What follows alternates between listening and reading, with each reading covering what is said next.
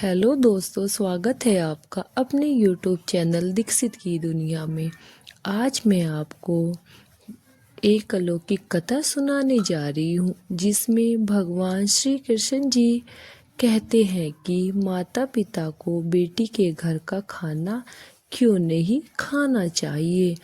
जय श्री कृष्णा मित्रों, माता पिता को बेटी के ससुराल में भोजन क्यों नहीं करना चाहिए। यदि वह बेटी के घर का भोजन करते हैं तो उन्हें कौन सा पाप लगता है। मित्रों, आज हम आपके इस प्रश्न का उत्तर एक अत्यंत ही सुंदर कथा के माध्यम से देना चाहती हूँ। तो चलिए, आपका ज़्यादा समय व्यर्थ ना करते हुए आज की यह धार्मिक और पावन कथा प्रारंभ करते हैं। सतयुग के समय की बात है। गरुड़ देव, जो भगवान श्री विष्णु जी के वाहन और परम भक्त हैं, सदैव धर्म और शास्त्रों के रहस्यों को जानने के लिए उत्सुक रहते थे। एक दिन वह बैकुंठ धाम में भगवान श्री हरि के पास आए और हाथ जोड़कर बोले कि हे प्रभु, आज जब मैं आकाश लोक में विचरण कर रहा था तो तभी मैंने पृथ्वीलोक पर एक विचित्र दृश्य देखा, जिसे देखकर मेरे मन में एक शंका उत्पन्न हुई। हे प्रभु, मैंने देखा है पृथ्वी पर बहुत से माता पिता अपनी विवाहित पुत्री के घर जाते हैं और वहाँ का अन्न जल ग्रहण करते हैं, किंतु शास्त्रों में कहा गया है कि माता पिता को अपनी पुत्री के घर का अन्न और जल ग्रहण नहीं करना चाहिए, भोजन नहीं खाना चाहिए, ऐसा करना वर्जित है। हे प्रभु, इस नियम के पीछे क्या कारण है, और यदि कोई माता पिता ऐसा करते हैं तो उन्हें कौन सा पाप भोगना पड़ता है। और मेरा दूसरा प्रश्न यह है कि इस संसार में सबसे बड़ा धन क्या है। गरुड़ देव के इन प्रश्नों को सुनकर श्री विष्णु भगवान जी एक रहस्यमयी मुस्कान के साथ बोले, हे विंता पुत्र गरुड़, तुम्हारा प्रश्न अत्यंत श्रेष्ठ और धर्म संगत है। इस विषय में बहुत से लोग भ्रमित रहते हैं। शास्त्रों ने यह नियम केवल इसलिए नहीं बनाया है कि बेटी के घर का अन्न अशुभ है, बल्कि इसके पीछे गहन सामाजिक और आध्यात्मिक कारण छिपे हैं। जब बेटी विवाह के बाद अपने पति के घर जाती है तो वह उस कुल की गृह लक्ष्मी बन जाती है।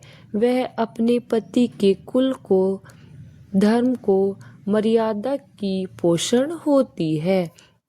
माता पिता यदि बेटी के घर भोजन करते हैं तो वे अन्न ग्रहण करके अनजाने में उस परिवार पर आश्रित होने का भाव उत्पन्न करते हैं। शास्त्रों में कहा गया है कि आश्रित भाव से खाया गया अन्न ऋण के समान हो जाता है। माता पिता उस अन्न के ऋणी बन जाते हैं और यह ऋण उनके पुण्य का नाश कर देता है। यही कारण है कि इसे धर्मशास्त्र में अपात्र भोजन कहा गया है।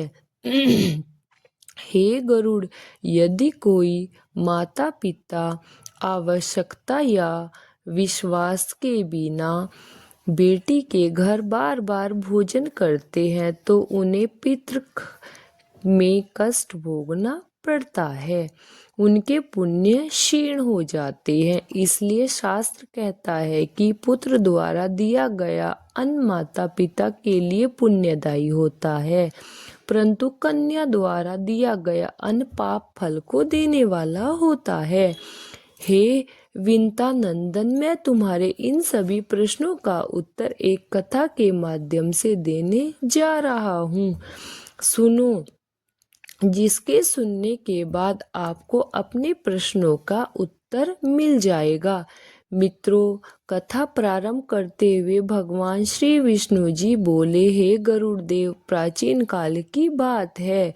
गंडक नदी के समीप वीरपुर नाम का एक राज्य था, जहाँ सुदर्शन नाम का एक प्रतापी राजा शासन करते थे। उनके राज्य में वैभव की कोई सीमा न थी। सोने चांदी के असीम भंडार, अनगिनत दुर्लभ रत्न, हाथी घोड़े और रत्नों से सुसज्जित विशाल सेना, एक दिव्य राजमहल जिनकी दीवारों पर स्वर्ण जड़ित नक्काशी दमकती रहती थी। संगमरमर के फर्श पर चलने के लिए ऐसी प्रतिध्वनि होती मानो स्वयं गंगा की लहरें गूंज रही हो। राजमहल में सैकड़ों सेवक सेविकाएं चारों पहर सेवा में तत्पर रहते थे। दरबार इतना भव्य था कि जब राजा राज सिंहासन पर विराजमान होते थे तो राजपुरुषों, मंत्रियों और सेनापतियों की पूरी सभा सम्मान से झुक जाती। इसकी उपस्थिति से सभा कक्ष को मानो तेजस्वी की एक लहर दौड़ जाती। जब वह रथ पर सवार होकर नगर की गलियों से निकलते तो मार्ग के दोनों ओर खड़े रहकर नगरवासी पुण्य वर्षा कर उनका स्वागत करते। बालक रथ को देखकर हर्षित हो उठते और वृद्धजन आशीर्वाद बरसाते।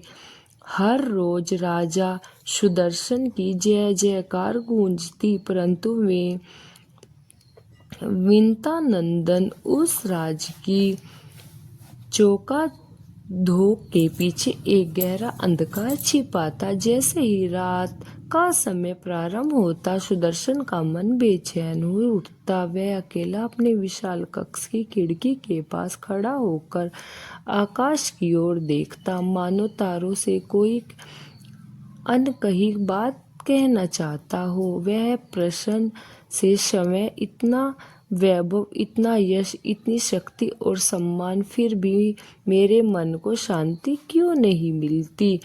यह खालीपन कौन सा है जो सब कुछ होते हुए भी मुझे भीतर ही भीतर खाए जा रहा है?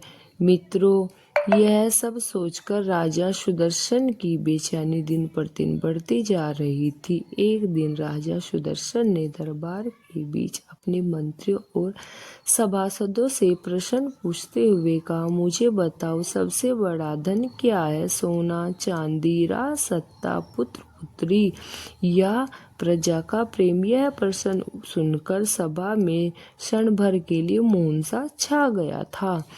सभी मंत्री, आत्मीय और राजपुरुष एक दूसरे का चेहरा देखने लगे। फिर एक एक करके सब ने अपनी अपनी राय रखनी शुरू की। किसी ने कहा, स्वामी, सेना ही सबसे बड़ा धन है, क्योंकि उससे संसार की हर वस्तु खरीदी जा सकती है, हर इच्छा पूरी की जा सकती है। दूसरे ने कहा, नहीं महाराज, संतान सबसे बड़ा धन है, क्योंकि वही वंश को आगे बढ़ाती है, नाम को अमर बनाती है। तीसरे ने कहा, महाराज, प्रजा का सम्मान और उसका प्रेम ही सबसे बड़ा धन है, क्योंकि उसके बिना राजा अधूरा है, चाहे सोना हो या संतान। यदि प्रजा का स्नेह न हो तो राजसत्ता टिक नहीं सकती। राजा सुदर्शन ने दरबार में उपस्थित सभी बातों को ध्यानपूर्वक सुना, किंतु उनके हृदय को फिर भी तृप्ति प्राप्त नहीं हुई और वह मन ही मन सोचता रहा कि मेरे इस प्रश्न का उत्तर कैसे मिलेगा।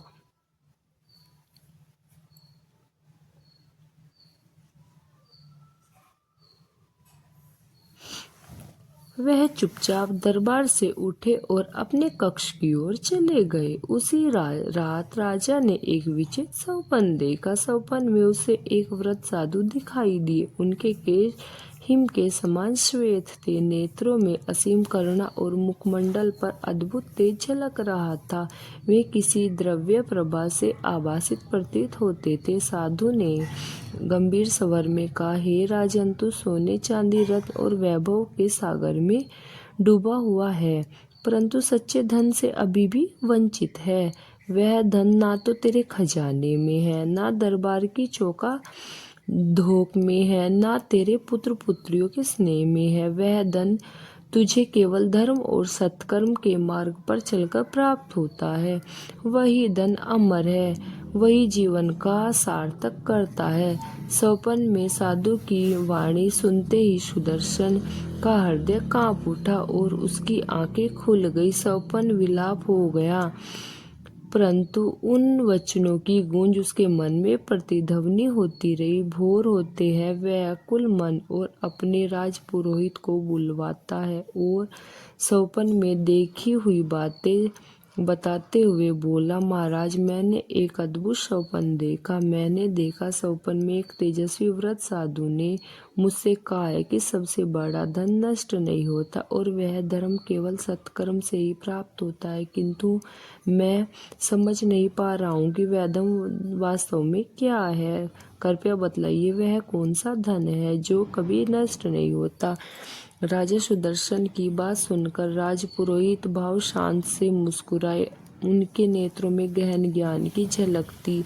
वे मंद मुस्कान के साथ बोले, महाराज, आपका प्रश्न साधारण नहीं है, अत्यंत गढ़ है। राजभोग और संपत्ति तो क्षण भर है। सच्चे धन का रहस्य समझाना चाहते हो तो आपको उस साधु संतों और महर्षियों के पास जाना होगा जो सांसारिक बंधनों से परे है। वही आपके उस अमर धन को मार्ग दिखा सकते हैं। राजा पुरोहित के इन वचनों ने राजा सुदर्शन के हृदय में एक नई ज्वाला प्रज्वलित कर दी। फिर राजा ने निश्चय कर लिया कि उस अदृश्य और अमर धन को पाने के लिए अपना राज सिंहासन, वैभव और सुख सुविधाएं और सब कुछ त्याग दूंगा। मित्रों, आगे भगवान विष्णु जी गरुड़ देव से बोले, हे पक्षीराज राजा सुदर्शन, राजा पुरोहित के मुख से यह बात सुनकर अपने विशाल महाराज राजमहल, सोना चांदी के भंडार और राजवैभव को छोड़कर अकेले ही वन की ओर निकल पड़ा। उसका रथ सरल नहीं था।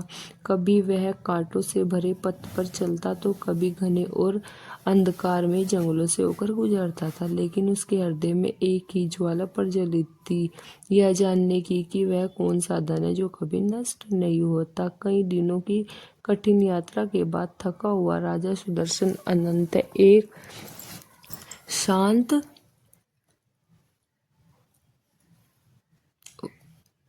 वनाश्रम पहुंचा। वहां उसने देखा कि एक महात्मा गहन ध्यान में लीन है। उनका शरीर वृद्धावस्था है, पर चेहरा तेज और आंखें ज्ञान से भरी हुई थी। ज्ञान ने उनके चरणों में प्रणाम किया और विनम्र स्वर में कहा, गुरुदेव, मेरा नाम सुदर्शन है और वीरपुर राज का राजा हूँ।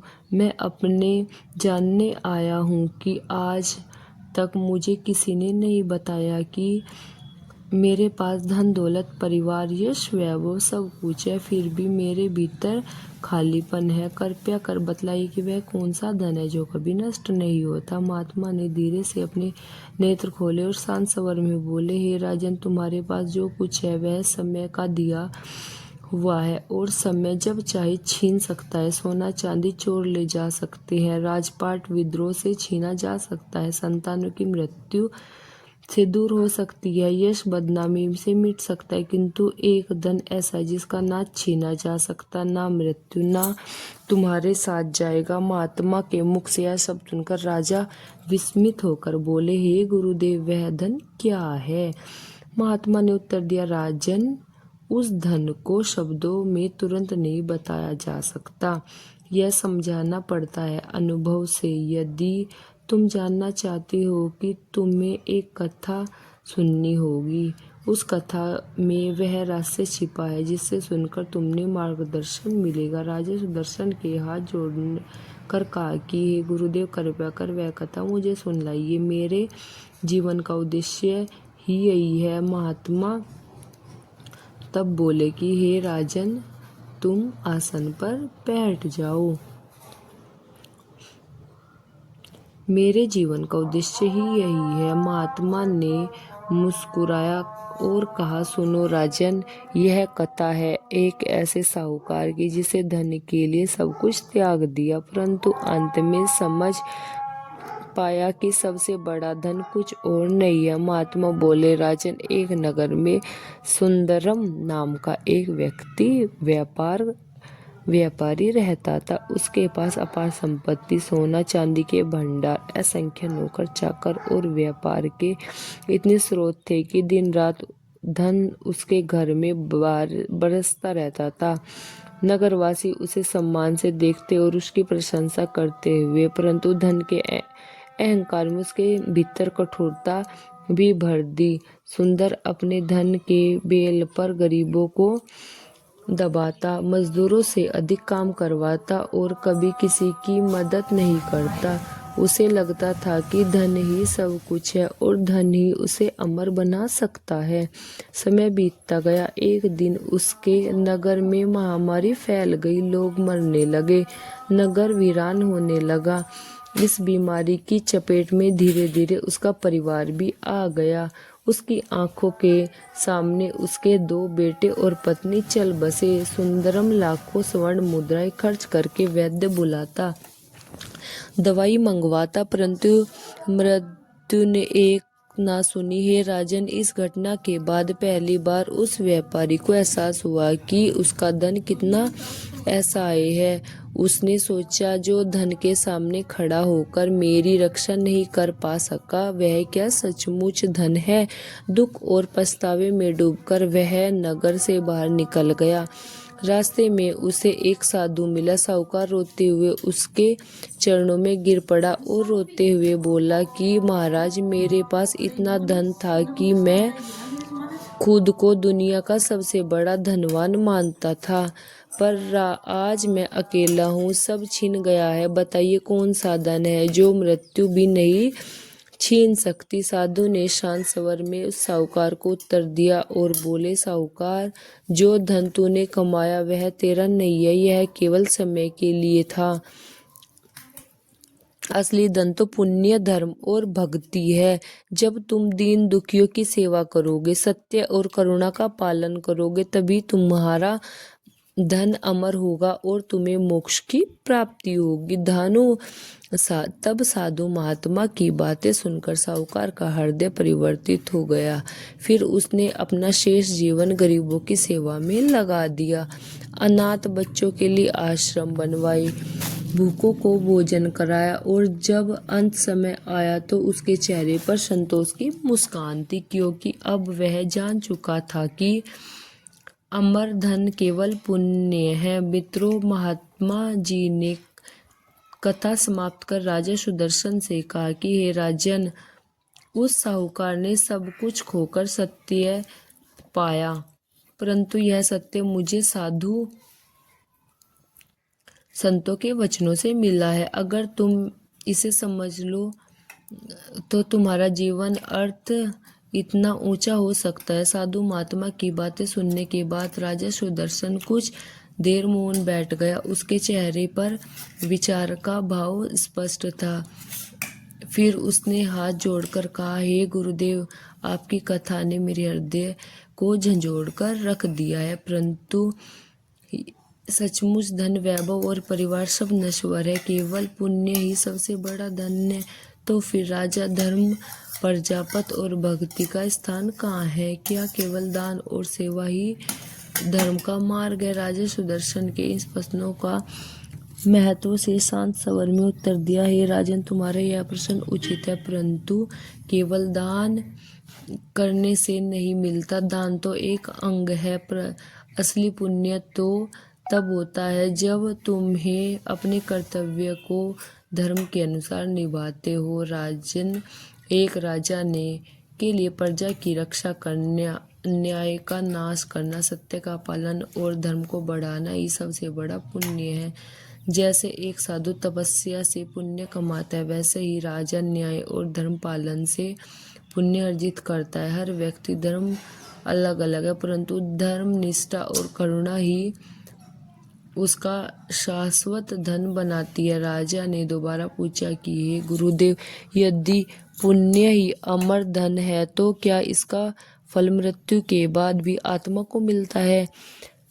महात्मा ने गहरी दृष्टि से राजा को देखा और बोले कि हाँ राजन, जब मनुष्य इस संसार से विदा लेता है तब उससे सोने चांदी के भंडार नहीं रह जाते, उसके राजमहल धूल में मिल जाते, उसका नाम यश समय के गर्त में खो जाता है, किंतु उसके पुण्य कर्म और पाप कर्म ही आत्मा के साथ जाते हैं। यही आगे चलकर उसे स्वर्ग या नरक के मार्ग पर ले जाते हैं।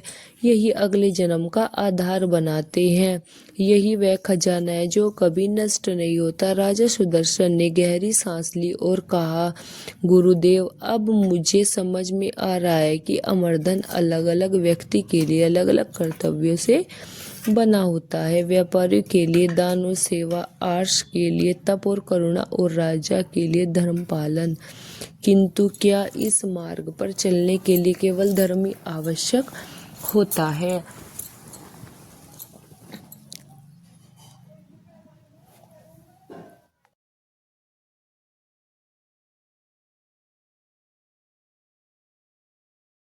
तो क्या इस मार्ग पर चलने के लिए धर्म ही आवश्यक है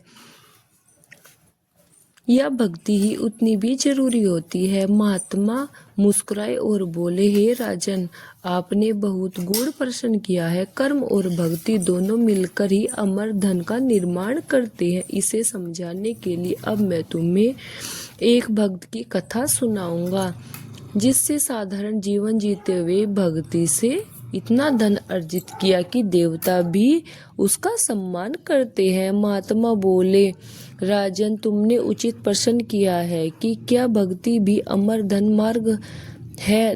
अब मेरी बात ध्यान पूर्वक सुनो। मैं तुम्हें एक ऐसे बालक की कथा सुनाने जा रही हूँ जिससे भक्ति से वह धन अर्जित किया जा सके और अमर भी है। उस बालक का नाम ध्रुव है।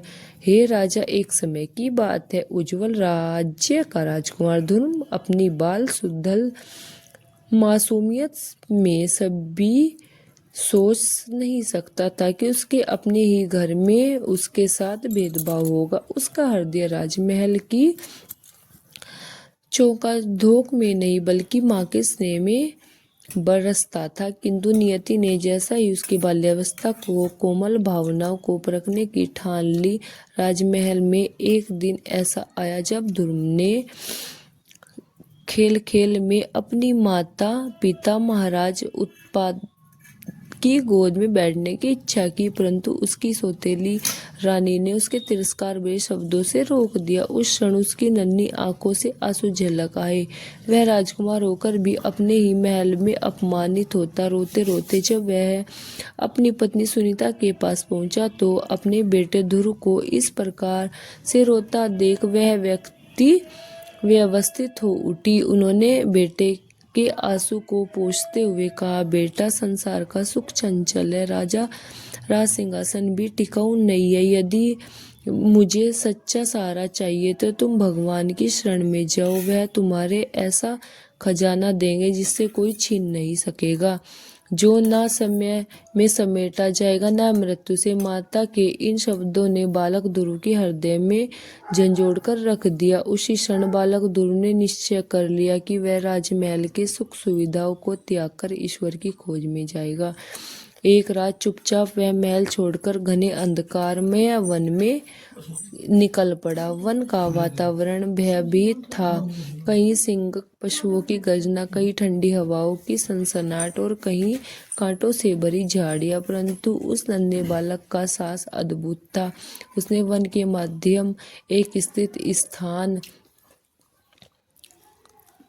चुना और ईश्वर जी की साधना में लीन हो चुके दिन बीतते गए। कभी उसने केवल पत्ते खाए, कभी सिर्फ जल पिया। अंत में तप की तीव्रता इतनी बढ़ गई कि वह मात्र प्राणवायु पर ही जीवित रहने लगा। उसका तन क्षीण हो गया, परंतु मन और श्रद्धा अटल थी। ध्रुव की आंखों में ईश्वर का नाम था, उसकी भस्म में प्रभु की पुकार थी। उसकी निष्कलंक भक्ति और कठोर तपस्या से वेद भी विचलित हो उठे। अनंत उसकी भक्ति ने समय भगवान श्री विष्णु जी को प्रसन्न कर दिया। एक दिन विष्णु भगवान एक दिव्य प्रकाश के साथ उसके सामने प्रकट हुए और मधुर मुस्कान के साथ बालक ध्रुव के साथ बोले, बस ध्रुव, तुम्हारी अटूट निष्ठा और भक्ति ने हमें प्रसन्न कर दिया है। मांगो, तुम्हें क्या वरदान चाहिए। भगवान श्री हरि जी के मुख से ऐसे वचन सुनकर बालक ध्रुव के हाथ जोड़कर विनम्र स्वभाव से कहा कि हे प्रभु, मुझे इतना धन दीजिए कि जो कभी नष्ट न हो, मुझे वह पहचान दे जो सदा के लिए स्थायी रहे। बालक ध्रुव की बात सुनकर भगवान श्री विष्णु जी प्रसन्न होकर बोले, ठीक है वत्स, जैसा तुम चाहो, हम तुम्हें आकाश में वह अचल स्थान देते जहाँ कभी क्षय नहीं होगा। आज से तुम ध्रुव तारा के नाम से संसार में जाने जाओगे। युगों युगों तक तुम्हारा नाम अमर हो जाएगा। मित्रों, आगे महात्मा जी बोले, हे राजन, आपने देखा कि कैसे एक छोटा सा बालक जिसने राजमहल की वैभवशाली सुविधाओं, सिंहासन और राज्य की चकाचौंध में छुटकारा दिया, जिससे भक्ति के बल पर अमृतता पाई। यही है कि असली धन और भक्ति ईश्वर का प्रेम है। यह धन किसी को दिखाई नहीं देता, परंतु जब यह मिलता है तो आत्म शाश्वत हो जाती है। महात्मा ने आगे कहा, राजन, यही कारण है कि संत और भक्त कहते हैं कि सोना, चांदी, सत्ता और परिवार सब क्षण भर है, परंतु भक्ति और धर्म की शाश्वतता धन है। ध्रुव की तरह जिसने भक्ति को अपनाया, उसका नाम आज भी अमर है। फिर राजा सुदर्शन ने हाथ जोड़कर कहा, गुरुदेव, अब इस रहस्य को समझाया गया। अब से मेरा जीवन इस अमर धन को अर्जित करने के लिए समर्पित रहेगा। मैं आज सिंहासन पर बैठकर केवल प्रजा के कल्याण, सत्य और धर्म के लिए ही कार्य करूंगा। यही मेरी सबसे बड़ी संपत्ति होगी। महात्मा मुस्कुराए और बोले, राजन, अब जब तुम इस मार्ग पर चलोगे, तुम्हारा जीवन सार्थक रहेगा। यही अमर धन का वास्तविक स्वरूप है। मित्रों, इस संसार का सबसे बड़ा धन ना सोना है, ना राजपाट है, ना यश, ना परिवार। सबसे बड़ा धन और कभी नष्ट न होने वाला धन